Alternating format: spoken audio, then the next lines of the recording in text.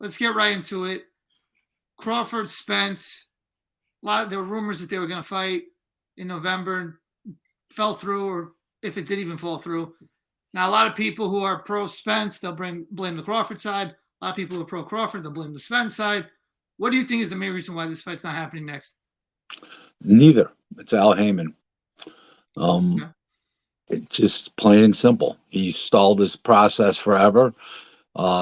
Terence started out asking for, big money, and they made him an offer of 35%, and he jumped on it, and they were shocked. They didn't know what to do. They backed up because they were trying not to do this fight and blame Crawford, and they're still blaming Crawford. But in reality, I don't think Spence is in on it. I think that Al Heyman's poo-pooed this thing. When a guy's not taking any guarantees, taking a sole percentage of the net profits, he's entitled to a veto on expenses through a proxy. In other words, through an attorney or somebody of knowledge. Okay.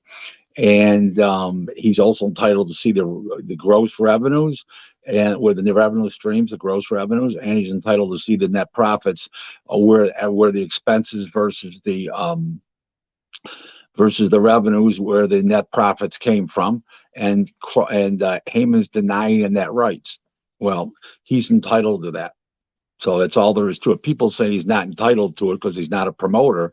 He is because he's not laying out the money. That's all bullshit. His sole course of revenue in that fight is the net profits of that show, versus which is the gross revenues versus the expenses, and he's entitled to all that. That's all there is to it. And Haymon just threw up so many roadblocks not to make this fight because he feels his client's not going to win. He's trying to leverage Spence with Wilder and these other people, these other fighters, in a package deal to go with another network or streaming app, and he needs every commodity he can get. He's got another problem.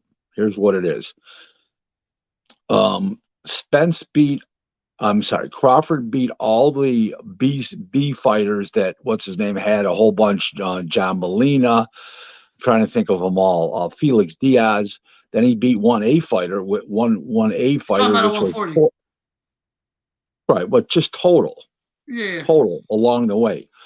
And now he beat Porter at 47, which is an A side guy for Haymon. And Spence has beaten all these fighters except Thurman, because he hasn't fought Thurman. And if Crawford comes along and beats Spence, like most boxing people think, then his product will look like Mickey Mouse League, minor league. So he doesn't want to do that, trying to leverage this deal. He's got no Fox next year going forward. He's got no Fox. They're supposedly done. It's been said by multiple people that he's done with Fox, that Fox is done with him. And Showtime's on last legs. They're rating. They just did a show, 175,000 homes or something on Saturday night, regular premium cable. It's just awful. And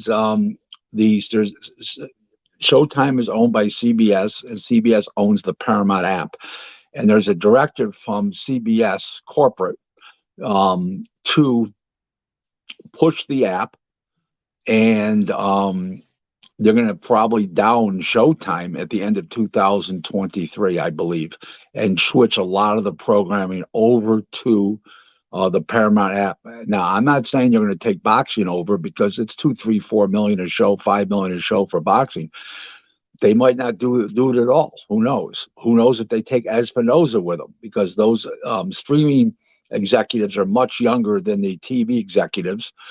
And what's really happening there is that maybe they won't want a guy who's in his 50s like a Espinoza, who's deeply entrenched in boxing. I don't know. Maybe they take him over and he's an attorney for CBS. Who knows? We don't know, but none of it spells good for Haymon. Right. I guess what you're saying is it's not Errol Spence who's ducking him. He's afraid of losing. You're saying Haymon, he's worried about losing his position. Correct. It has nothing to do with Errol Spence and Crawford. People got to get that out of their thick skulls.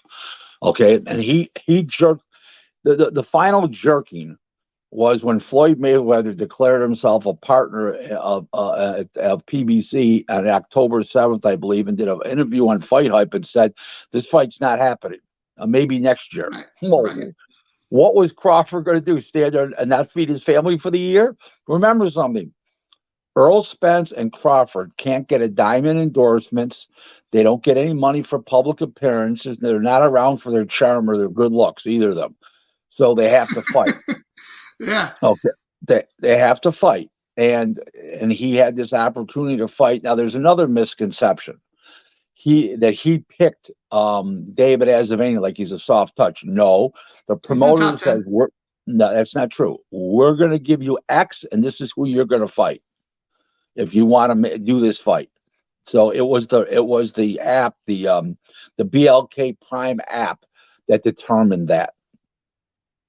Right, I'm saying Evan Ty, he's in the top 10 in ring. I'm saying he's not like a soft touch.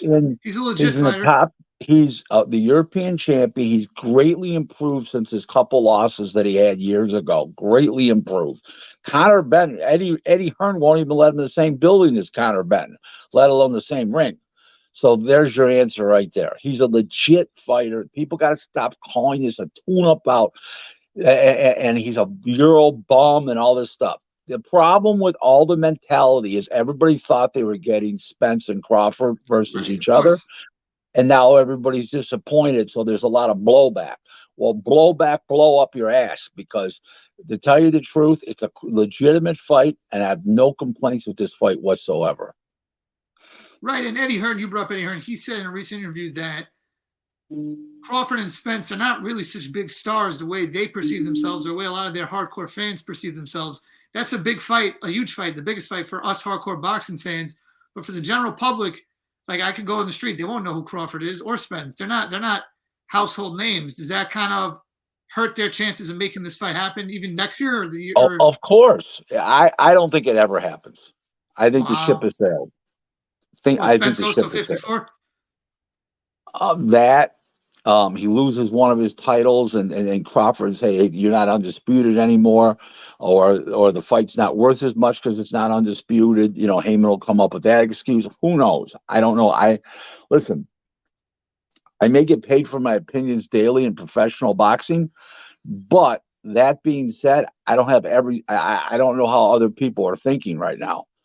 I don't see it happening. Maybe it happens, but they won't be in their prime. Let's put it that way to you.